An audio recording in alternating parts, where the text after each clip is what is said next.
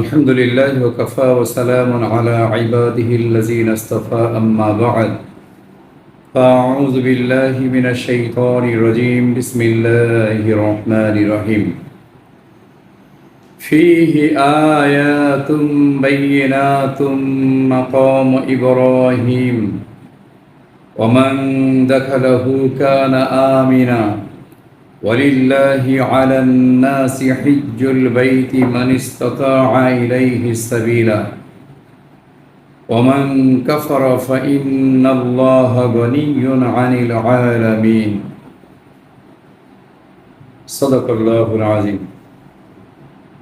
اللهم صل وسلم على النبي الأمي وعلى آله وصحبه وبارك وسلم الحمد لله الله পাক শুকরিয়া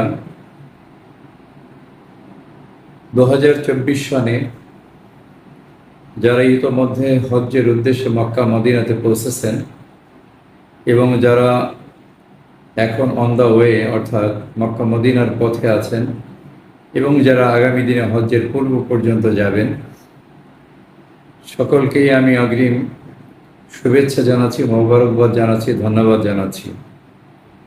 কেননা এই সমস্ত হুজ্জাজে কিরাম, দয়ুফুর রহমান তথা হাজী সাহেবান বৃন্দ যারা ইতিমধ্যে হজ্জের উদ্দেশ্যে রওনা হয়েছেন, তাদেরকে এখন হাজি বলা যেতে পারে।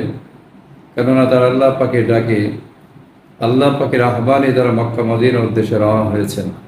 তো তারা এখন এদেরকে বলা হয় দয়ুফুর রহমান, যে তারা হলো আল্লাহ পাকের মেহমান।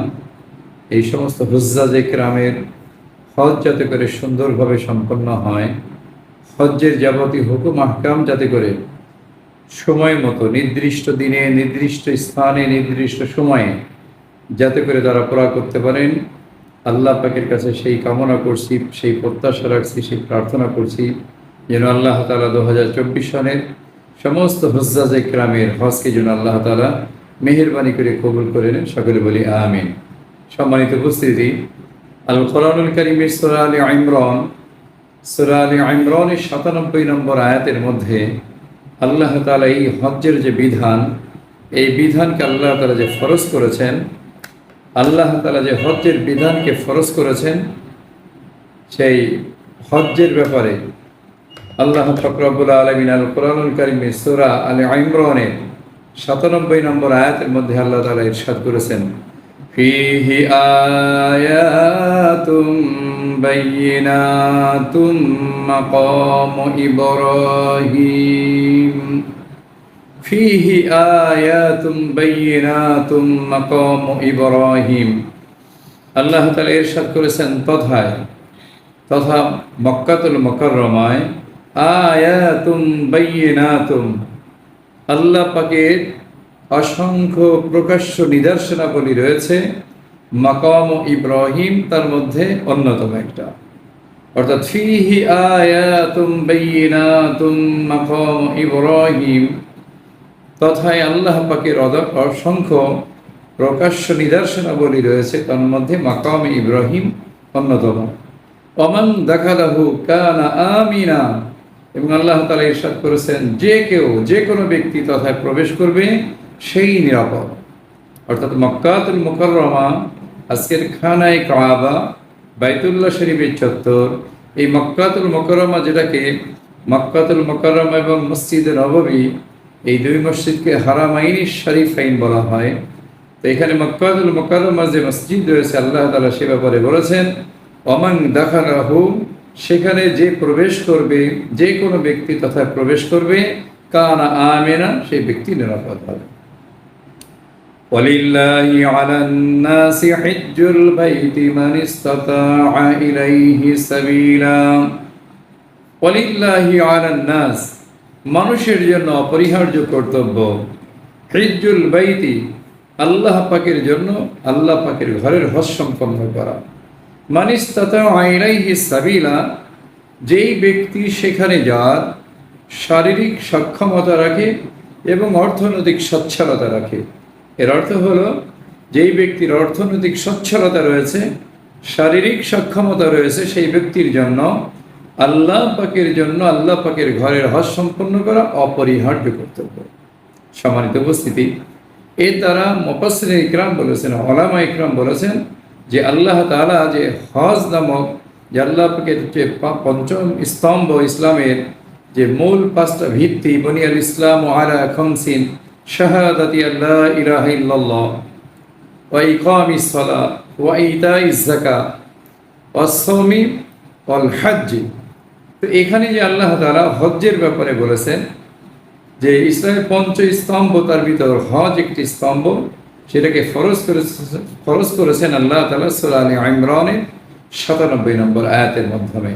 তো এটাই হলো ওয়ালিল্লাহি আলান নাসি হিজ্জুল বাইতি মান ইসতাতাআ ইলাইহি সাবিলা, যে আল্লাহ তাআলা বলেন মানুষের জন্য অপরিহার্য কর্তব্য হলো আল্লাহ পাকের ঘরের হজ সম্পন্ন করা, যার সেখানে যাওয়ার শারীরিক সক্ষমতা আছে এবং অর্থনৈতিক সচ্ছলতা আছে, সেই ব্যক্তির জন্য সেই ঘরের হজ সম্পন্ন করা অপরিহার্য কর্তব্য।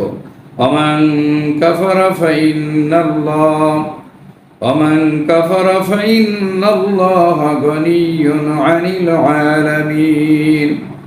ওমান কাফারা, যে ব্যক্তি অস্বীকার করবে, যে ব্যক্তি কুফরি করবে, অর্থাৎ যেই ব্যক্তি আল্লাহ পাকের এই হুকুমকে মানবে না, ফাইন্নাল্লাহা, তো জেনে রাখা উচিত নিশ্চয়ই আল্লাহ তাআলা গনিয়ুন, আল্লাহ তাআলা ধনী, আনিল আলামিন, আল্লাহ তাআলা বিশ্ববাসীর কাছে মুখাপেক্ষ নন বা মুখাপেক্ষী নন। অর্থাৎ যদি কোনো ব্যক্তি আল্লাহ পাকের এই বিধানকে না মানে, আল্লাহ পাকের সঙ্গে যদি কুফরি করে, আল্লাহ পাকের এই বিধানকে যদি অমান্য করে, তো ফাইন্নাল্লাহ, তার জানা উচিত যে নিশ্চয়ই আল্লাহ তাআলা গনিয়ুন আনিল আলামিন, আল্লাহ তাআলা বিশ্ববাসীর পরে অমুখাপেক্ষী, তার মানে আল্লাহ তাআলা বিশ্ববাসীর প্রতি মুখাপেক্ষী নন। গনিয়ুন শব্দের অর্থ যদিও হয় বিত্তশালী বা ধনী, যে আল্লাহ তাআলা ধনী, তার মানে আল্লাহ তাআলা অমুখাপেক্ষী, বিশ্ববাসীর প্রতি আল্লাহ তাআলা মুখাপেক্ষী নন। সম্মানিত উপস্থিতি, হুজ্জাজ ইকরাম ইতিমধ্যে যারা মক্কা মদিনাতে পৌঁছেছেন এবং যারা ইতিমধ্যে অন দ্য ওয়ে, যারা রাস্তায় আছেন এবং যারা আগামীতে যাবেন, তো সমস্ত হুজ্জাজ ইকরামকে আল্লাহ তাআলা নিয়েছেন, যারা গিয়েছেন তারা জানেন, যাদেরকে আল্লাহ বিত্তশালী করেছেন, শারীরিক সক্ষমতা যাদের আছে, অর্থনৈতিক সচ্ছলতা যাদের আছে, তারা এবার হজ্জের জন্য গিয়েছেন। তো আল্লাহ তাআলা সকলের হজকে যেন মেহেরবানি করে কবুল করেন, এবং আমরা যারা এই বছর যেতে পারি নাই, আমাদের যাদের হজ ফরজ আছে, আল্লাহ তাআলা হজ ফরজ করেছেন আমাদের উপরে, তো আমরা যেন ইনশাআল্লাহ আল্লাহ পাকের কাছে দোয়া করি যে আমরা যেন আগামীতে, অর্থাৎ আমরা যেন আগামী 2025 সালে আল্লাহ তাআলা যেন মেহেরবানি করে আমাদেরকে হজ্জে নিয়ে যান, সেজন্য আমরা আল্লাহ পাকের কাছে প্রতিনিয়ত দোয়া করতে থাকি যেন আল্লাহ তাআলা মেহেরবানি করে আমাদেরকে হজ্জে যাওয়া সহজ করে দেন। ফীহি আয়াতুম বাইয়িনাতুম মাকামু ইব্রাহিম ওয়া মান দাখালাহু কানা আমিনা ওয়ালিল্লাহি আলান নাসি হিজ্জুল বাইতি মান ইসতাতাআ ইলাইহি সাবিলা ওয়ামান কাফারা ফাইন্নাল্লাহা গনিয়্যুন আনিল আলামিন। আল্লাহ পাকের এই পঞ্চস্তম্ভের একটি স্তম্ভ হলো হজ।